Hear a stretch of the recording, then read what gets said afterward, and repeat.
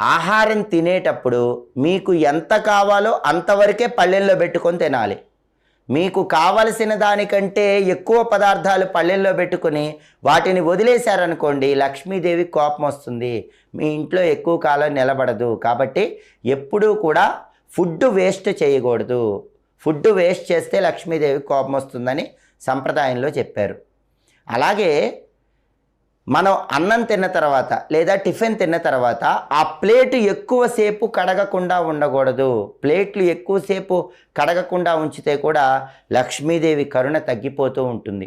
శుచి శుభ్రత ఎక్కడ ఉంటాయో ఆ ఇంట్లోనే లక్ష్మీదేవి స్థిర నివాసం ఏర్పాటు చేసుకొని ఉంటుందని ప్రామాణిక గ్రంథాల్లో చెప్పారు. అలాగే శుక్రవారం పూట నలుపు వస్త్రాలు ధరించరాదు.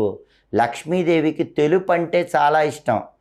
క్షీరసాగర మథనంలో పాల సముద్రం నుంచి వచ్చింది. శుక్రవారం పూట